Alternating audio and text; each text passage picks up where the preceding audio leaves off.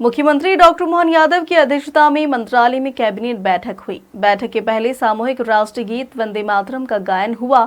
इसके बाद कई प्रस्तावों पर चर्चा करने के बाद उन्हें स्वीकृति प्रदान की गई। कैबिनेट बैठक के बाद उप मुख्यमंत्री राजेंद्र शुक्ल ने बैठक में लिए गए फैसलों की जानकारी देते हुए कहा कि सरकार ने किसानों और स्वास्थ्य क्षेत्र से जुड़े कई महत्वपूर्ण प्रस्ताव मंजूर किए हैं। किसानों को 0% ब्याज पर दिया जाने वाला ऋण जारी रहेगा। अब किसानों को 3 लाख तक का लोन 0% ब्याज पर मिलेगा। प्रदेश के अस्पतालों में बेड की संख्या बढ़ाई जाएगी।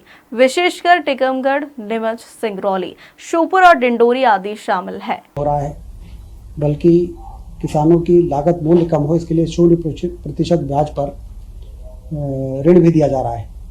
उसी कड़ी में आज उस योजना को निरंतर बनाए जाने का निर्णय लिया गया है, जिसके तहत 3 लाख रुपए तक का लोन दिया जाता है। वर्तमान वर्ष में 23,000 करोड़ रुपए वितरण का लक्ष्य रखा गया है और 0% ब्याज पर ऋण देना जारी रहेगा।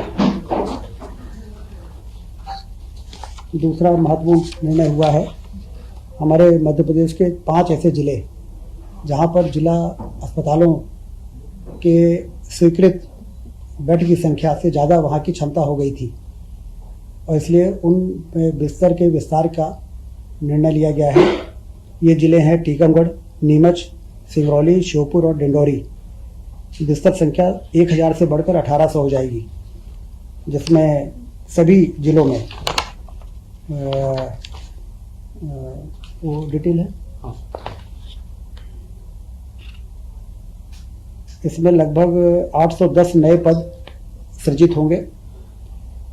नियमित होंगे 543 पद, संविदा के 4 होंगे और आउटसोर्सिंग के 263 पदों का सृजन होगा और वार्षिक अनुमानित जो व्यय होगा वो 39 करोड़ 50 लाख रुपए की इसमें शासन अतिरिक्त रूप से व्यय करेगा। ये जो 5 जिलों की सीटें बढ़ी हैं उसमें टीकमगढ़ अभी 300 बिस्तर का अस्पताल है जो 500 बिस्तर का हो जाएगा। जिला चिकित्सालय नीमच 200 बेड का है, अभी वो 400 बेड का हो जाएगा। जिला चिकित्सालय सिंगरौली 200 का है, वो 400 हो जाएगा। श्योपुर 200 है, वो 300 हो जाएगा। और डिंडोरी भी 100 बेड का है, वो 200 बेड हो जाएगा। इससे इन आदिवासी बाहुल्य इलाकों में काफ़ी स्वास्थ्य सुविधाओं के विस्तार में काफ़ी महत्वपूर्ण निर्णय हुआ है। सतत विकास लक्ष्य सस्टेनेबल डेवलपमेंट गोल जो तय हुए हैं, उसमें जैसा कि हम सब जानते हैं कि संयुक्त राष्ट्र द्वारा निर्धारित जो लक्ष्य हैं उसकी प्राप्ति के लिए सभी को 2030 तक इन लक्ष्यों को प्राप्त करने में मध्य प्रदेश अग्रणी राज्य रहे, इसके लिए आज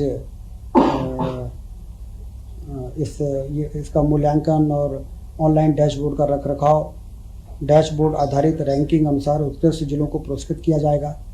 प्रथम जिले को 1 करोड़, द्वितीय जिले को 75 लाख रुपए का पुरस्कार दिया जाएगा। प्रशिक्षण और कार्यशाला के माध्यम से सुधार भी किया जाएगा।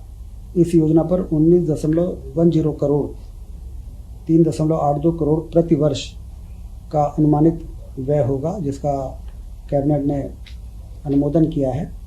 और जैसा कि आप जानते हैं, हम सब जानते हैं कि शिक्षा, स्वास्थ्य, रोजगार, स्वच्छ ऊर्जा, लैंगिक समानता और सतत वृद्धि, ये वो लक्ष्य हैं जिनके प्राप्ति के लिए सभी राज्य इस पर काम कर रहे हैं और मध्य प्रदेश में बेहतर राज्य के रूप में उभर कर सामने आए। इसके लिए आवश्यक जो कदम है वो उठाए जाएंगे। सागर जिले में मालथौन में एक सिविल जज न्यायालय की स्थापना की स्वीकृति हुई है। कुल 7 नवीन पदों के सृजन की इसमें स्वीकृति मिली है और एक नया न्यायालय का खंड सागर जिले के मालथौन में, जिसकी लंबे समय से मांग रही है, वो स्थापित होने का मार्ग प्रशस्त हुआ है। कुल मिलाकर यही मंत्रिमंडल के महत्वपूर्ण निर्णय थे जो आज लिए गए। इसमें नहीं करण योजना में 2020-22 की पॉलिसी में ये प्रावधान था कि जिस जमीन का निवर्तन किया जाएगा उस कलेक्टर गाइडलाइन के 60% के आधार पर उसका ऑफसेट प्राइस तय होता है और